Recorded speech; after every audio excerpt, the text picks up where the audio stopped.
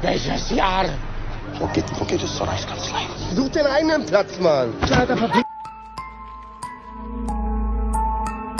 Adolf Hitler tiba-tiba terbangun di tengah Berlin modern, 2014, tanpa tahu bahwa Perang Dunia Kedua telah lama usai. Masyarakat mengira dia hanya komedian yang jago impersonasi. Namun, Hitler justru mulai bangkit sebagai figur media populer, dan perlahan menyebarkan ideologinya di dunia modern. Oke, tanpa berlama, mari kita simak aja yuk ke ceritanya.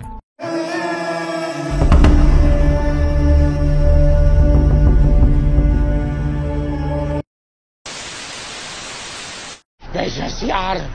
Wo geht es zur Reichskanzlei? Such den eigenen Platz, Mann.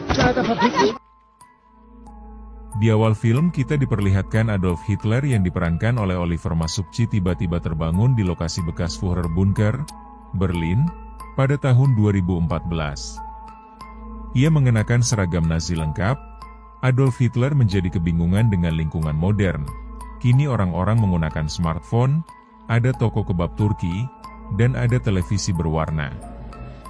Dia tidak menyadari bahwa ia telah menghilang selama hampir 70 tahun semenjak masa kejayaannya dan kini dia percaya bahwa dirinya hanya tertidur sebentar saja. Sementara itu, Fabian Sawatzki, seorang jurnalis muda yang baru saja kehilangan pekerjaannya, sedang mencari ide untuk proyek dokumenter unik. Dia bertemu Adolf Hitler secara tidak sengaja. Fabian mengira Hitler adalah seorang aktor jalanan atau pelawak dengan impersonasi yang sangat detail dan meyakinkan.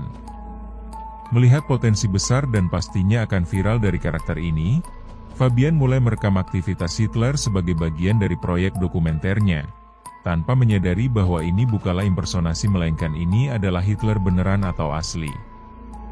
Suatu hari Hitler berkeliling Jerman bersama Fabian.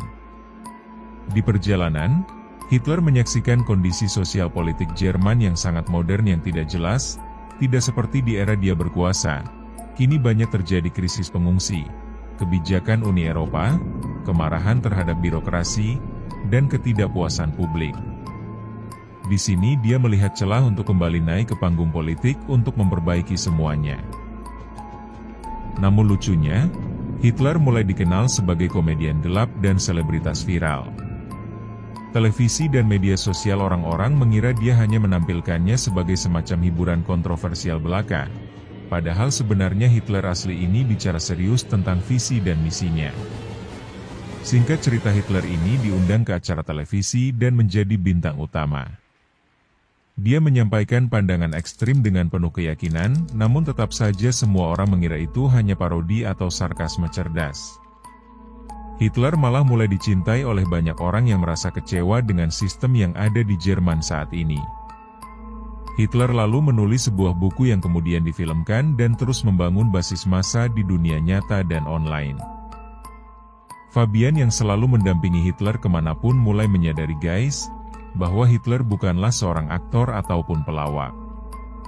Fabian menemukan catatan dan langsung menyelidikinya. Dia semakin yakin bahwa Hitler benar-benar kembali. Setelah mengetahui hal tersebut, Fabian langsung memperingatkan publik dan membongkar siapa sebenarnya Hitler ini. Karena itu dia malah dianggap gila dan paranoid.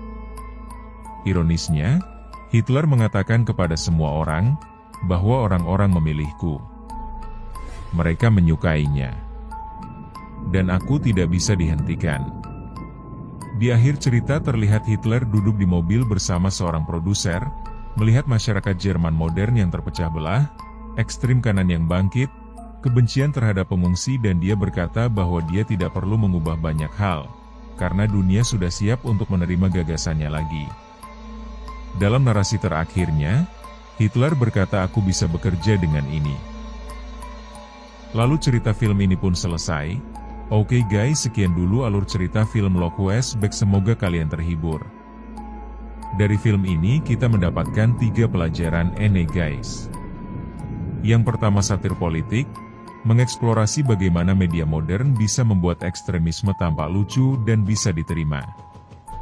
Yang kedua, refleksi masyarakat. mengejek bagaimana masyarakat mengabaikan bahaya nyata karena terlalu fokus pada hiburan. Yang ketiga, bahaya populisme. Film ini menunjukkan betapa mudahnya publik terbuai oleh tokoh karismatik meski membawa pesan berbahaya.